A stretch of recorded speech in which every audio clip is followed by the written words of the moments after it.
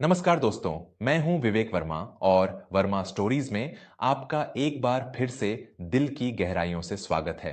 अमीरी और गरीबी के बीच की दीवार हमेशा से बहुत ऊंची रही है।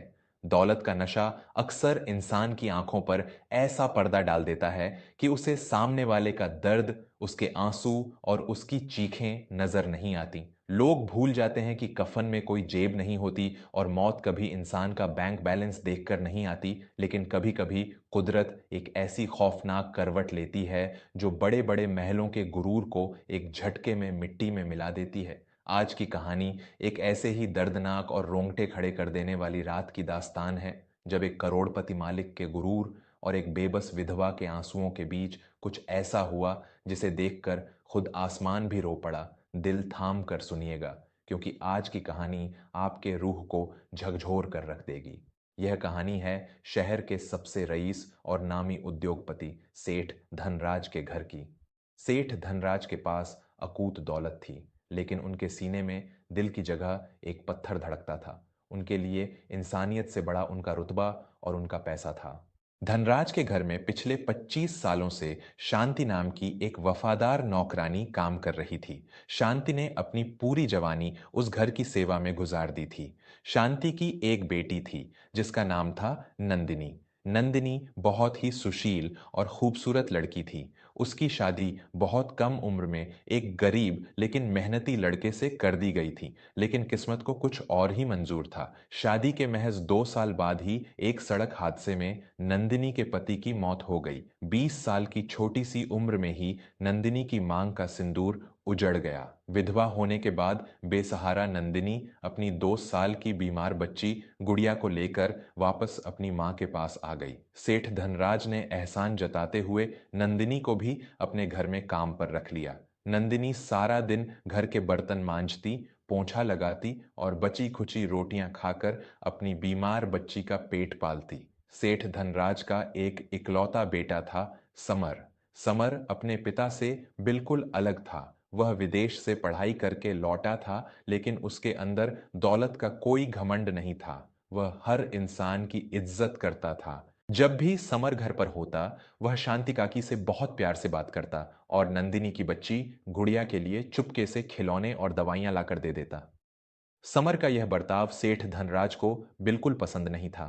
वह अक्सर समर को डांटते हुए कहते, समर, तुम इन नौकरों के साथ इतना घुला मिला मत करो। ये हमारे जूतों की धूल है। नौकर को नौकर की औकात में रखना ही एक मालिक की पहचान होती है। कल को ये सिर पर चढ़ जाएंगे। समर बहुत ही विनम्रता से जवाब देता, पिताजी, दौलत से हम किसी का वक्त खरीद सकते हैं, उसकी इज्जत और वफादारी नहीं। शांति काकी ने मुझे अपने हाथों से पाला है और नंदिनी भी हमारी तरह एक इंसान है। अगर हम इनके दुख में काम नहीं आएंगे तो इस करोड़ों की दौलत का क्या फायदा। धनराज गुस्से से बड़बड़ाते हुए वहां से चले जाते। दिसंबर का महीना था। कड़ाके की ठंड पड़ रही थी। उस रात सेठ धनराज के घर पर एक बहुत बड़ी पार्टी का आयोजन किया गया था। शहर के सारे बड़े नेता, अफसर और उद्योगपति उस पार्टी में आए हुए थे। पूरे बंगले को दुल्हन की तरह सजाया गया था। शराब की नदियां बह रही थीं और महंगे पकवानों की खुशबू से पूरा घर महक रहा था। इधर घर के पीछे बने सर्वेंट क्वार्टर, नौकरों की कोठरी में एक अलग ही जंग चल रही थी।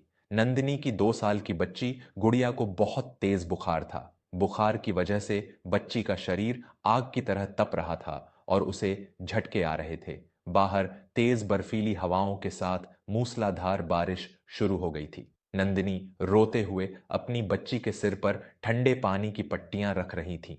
माँ, गुड़िया की सांस उखड़ रही है, इसका बदन नीला पड़ रहा है। हमें इसे अभी अस्पताल ले जाना होगा, वरना मेरी बच्ची मर जाएगी माँ। नंदिनी दहाड़े मारकर रो रही थी। शांतिका की भी बेबस थीं। बेटी, बाहर इतना भयंकर तूफान है, सारी गाड़ियां बंद हैं, हम कैसे जाएंगे। मैं बड़े मालिक के पास जाती हूँ, वो जरूर अपनी कोई गाड़ी और ड्राइवर हमें दे देंगे। शांतिका की दौड़ते हुए पार्टी वाले बड़े हॉल में पहुंची। उनके मैले कपड़े और घबराई हुई हालत देखकर मेहमानों ने मुंह सिकोड़ लिया। सेठ धनराज शांति को देखकर आग बबूला हो गए। शांति ने हाथ जोड़कर गिड़गिड़ाते हुए कहा, मालिक, मेरी नातिन की जान जा रही है, उसे बहुत तेज बुखार है। बाहर तूफान है, कृपा करके अपना ड्राइवर और एक गाड़ी दे दीजिए, मैं उसे अस्पताल ले जाऊंगी, मुंह गरीब पर रहम खाइए मालिक। सेठ धनराज ने अपने मेहमानों के सामने अपनी बेइज्जती महसूस की। उन्होंने शांति को जोर का धक्का दिया। तेरी हिम्मत कैसे हुई यहां मेहमानों के बीच अपनी मनहूस शक्ल लेकर आने की? मेरे मेहमान यहां शराब पी रहे हैं और तू कह रही है कि मैं अपना ड्राइवर तुझे दे दूं? ये मेरी गाड़ियां तुम्हारे मरे हुए बच्चों को ढोने के लिए नहीं है। निकल जाओ यहां से, और अगर दोबारा यहां आई तो तुम्हें और तुम्हारी उस मनहूस बेटी को धक्के मारकर घर से निकाल दूंगा। शांति काकी रोते हुए वापस लौट आईं। नंदिनी ने जब सुना कि मालिक ने गाड़ी देने से मना कर दिया है तो एक मां का सब्र टूट गया। उसने अपनी तपती हुई बच्ची को सीने से लगाया और उस तूफानी रात में नंगे पैर भीगते हुए बंगले से बाहर निकल गई। वह सड़क पर दौड़ रही थी। आसमान से बिजली कड़क रही थी और बारिश का पानी उसके आंसुओं में मिल रहा था। कोई मेरी बच्ची को बचा लो, कोई तो गाड़ी रोक लो। नंदिनी सड़क पर गुजरती इक्का दुक्का गाड़ियों के आगे हाथ जोड़ रही थी, लेकिन उस तूफान में कोई नहीं रुका। पार्टी के शोर शराबे के बीच समर अपने कमरे में था। जब वह नीचे आया तो उसने शांति काकी को फूट फूट कर रोते हुए देखा। पूछने पर शांति ने सारी बात बता दी। समर का खून खौल उठा। उसने अपने पिता से कोई बात नहीं की। वह सीधा गैरेज में गया, अपनी कार निकाली और उस भयानक तूफान में नंदिनी को ढूंढने निकल पड़ा। कुछ दूर जाने पर ही समर की हेडलाइट की रोशनी में सड़क के किनारे कीचड़ में गिरी हुई नंदिनी दिखाई दी। वह अपनी बच्ची को छाती से चिपकाए हुए बेहोश हो चुकी थी। समर ने तुरंत कार रोकी। वह बारिश में भागता हुआ नंदिनी के पास पहुंचा। उसने नंदिनी को उठाया और कार की पिछली सीट पर लिटाया। बच्ची की सांसें बहुत धीमी हो चुकी थीं। समर ने अपनी जैकेट उतारी और बच्ची को उसमें लपेट लिया। हिम्मत रखो नंदिनी, गुड़िया को कुछ नहीं होगा, मैं उसे अस्पताल ले जा रहा हूं। समर ने गाड़ी बहुत तेज दौड़ा दी। अस्पताल अभी 5 किलोमीटर दूर था और बारिश इतनी तेज थी कि सामने का रास्ता भी ठीक से दिखाई नहीं दे रहा था। रास्ते में एक बहुत पुराना पुल पड़ता था जिसके नीचे से एक नदी बहती थी। भारी बारिश के कारण नदी का जलस्तर खतरे के निशान को पार कर चुका था और पुल के ऊपर से पानी बह रहा था। समर जानता था कि पुल पार करना जानलेवा हो सकता है, लेकिन बच्ची की जान बचाने का कोई और रास्ता नहीं था। उसने भगवान का नाम लिया और गाड़ी पुल पर चढ़ा दी। गाड़ी आधी ही पार हुई थी कि अचानक नदी में एक बहुत बड़ा सैलाब आया। पानी के तेज बहाव ने कार को अपनी चपेट में ले लिया। कार का इंजन बंद हो गया और गाड़ी धीरे धीरे नदी की तरफ खिसकने लगी। समर समझ गया कि अब गाड़ी पुल पर नहीं टिकेगी। पानी कार के अंदर घुसने लगा था। नंदिनी होश में आ चुकी थी और डर के मारे चीख रही थी, समर बाबू, हम डूब जाएंगे, मेरी बच्ची। समर ने बिना एक पल की देरी किए अपनी सीट बेल्ट खोली। उसने कार का पिछला दरवाजा बहुत मुश्किल से धक्का देकर खोला। उसने नंदिनी का हाथ पकड़ा और उसे कार से बाहर निकाला। नंदिनी, मेरी पीठ पर चढ़ जाओ और इस लोहे की रेलिंग को कसकर पकड़ लो, समर ने चिल्लाते हुए कहा। नंदिनी अपनी बच्ची को सीने से लगाए समर की मदद से पुल की मजबूत रेलिंग पर चढ़ गई। लेकिन जैसे ही समर खुद बाहर निकलने लगा, पानी की एक बहुत बड़ी और खौफनाक लहर आई। कार का दरवाजा जोर से समर के पैर पर लगा और वह कार के अंदर ही फंस गया। लहर ने कार को पूरी तरह से अपनी चपेट में ले लिया।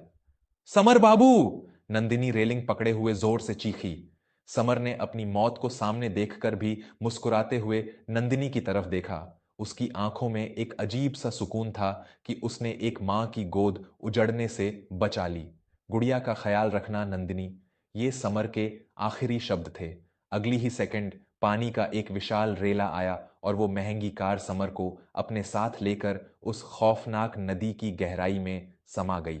नंदिनी की चीख उस तूफानी रात में आसमान को भी चीर रही थी। अगली सुबह तूफान थम चुका था। पुलिस और रेस्क्यू टीम ने नंदिनी और उसकी बच्ची को पुल से सुरक्षित निकाल लिया। बच्ची को तुरंत अस्पताल पहुंचाया गया, जहां उसकी जान बच गई।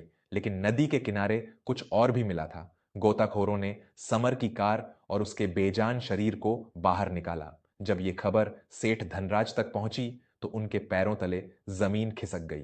उनके हाथ से शराब का गिलास छूटकर जमीन पर चकनाचूर हो गया। सेठ धनराज पागलों की तरह भागते हुए अस्पताल पहुंचे। सामने स्ट्रेचर पर उनके इकलौते बेटे की लाश सफेद चादर में लिपटी पड़ी थी। धनराज जमीन पर गिर पड़े और दहाड़े मारकर रोने लगे। समर, मेरे बच्चे, आंखें खोल ले बेटा। तू मुझे छोड़कर कैसे जा सकता है? मेरी सारी दौलत ले ले, मेरा सारा साम्राज्य ले ले भगवान, बस मेरे बेटे की सांसें लौटा दे। धनराज अपने करोड़ों रुपयों के चेक फाड़ फाड़ कर समर की लाश पर फेंक रहे थे, लेकिन क्या वो कागज के टुकड़े उस मौत को वापस खरीद सकते थे? नहीं। तभी उनके पीछे से एक कमजोर सी आवाज आई, दौलत से मौत का सौदा नहीं होता मालिक। धनराज ने मुड़कर देखा, सामने नंदिनी खड़ी थी। उसके कपड़ों में कीचड़ लगा था और उसकी आंखों में आंसू थे। नंदिनी ने आगे बढ़कर कहा, कल रात आपने अपनी एक गाड़ी मुझे देने से मना कर दिया था, क्योंकि मेरी बच्ची आपकी नज़र में कीड़े मकोड़े के बराबर थी, लेकिन आपके बेटे ने उसी कीड़े मकोड़े की जान बचाने के लिए अपनी जिंदगी कुर्बान कर दी। उसने बता दिया कि इंसानियत की कीमत आपकी इस करोड़ों की जायदाद से बहुत बड़ी है। धनराज की बोलती बंद हो गई। उनका सारा गुरूर, उनका सारा रुतबा आज एक नौकरानी की बेवा बेटी के पैरों में राख बनकर उड़ रहा था। उन्हें समझ आ गया था कि उन्होंने सिर्फ एक गाड़ी नहीं रोकी थी, उन्होंने अपने ही हाथों से अपने बेटे की मौत का फरमान लिखा था। अगर वो कल रात इंसानियत दिखा देते तो आज उनका घर चिराग विहीन नहीं होता। सेठ धनराज फूट फूट कर नंदिनी के पैरों में गिर पड़े। मुझे माफ कर दे बेटी, मेरे घमंड ने मेरे घर का वारिस छीन लिया। मैंने दौलत के नशे में अंधा होकर इंसानियत का कत्ल किया था और कुदरत ने उसका ऐसा इंसाफ किया कि मेरी रगों का खून ही सूख गया, समर चला गया। लेकिन आज से तू मेरी बेटी है और ये गुड़िया इस घर की वारिस। धनराज ने उस दिन के बाद अपना सारा व्यापार छोड़ दिया।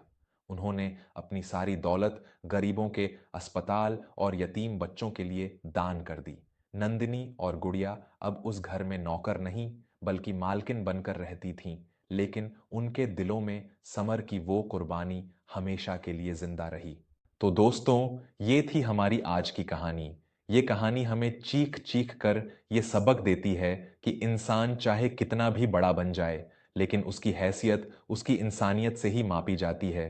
पैसा बिस्तर दे सकता है, नींद नहीं, दवा दे सकता है, जिंदगी नहीं। कभी किसी गरीब और मजबूर के आंसुओं का मजाक मत उड़ाना, क्योंकि जब कुदरत का तराजू हिलता है तो बड़े बड़े बादशाह फकीर बन जाते हैं। समर ने अपनी जान देकर जो इंसानियत की मिसाल पेश की, वो हमें याद दिलाती है कि किसी की जान बचाना दुनिया का सबसे बड़ा धर्म है। कहानी ने अगर आपके दिल को छुआ हो तो कमेंट्स में ज़रूर बताइएगा। मैं हूं आपका दोस्त विवेक वर्मा। मिलूंगा आपसे एक और ऐसी ही दिल को झकझोर देने वाली कहानी के साथ। तब तक के लिए अपनी इंसानियत को जिंदा रखें और अपनों का ख्याल रखें। धन्यवाद। जय हिंद।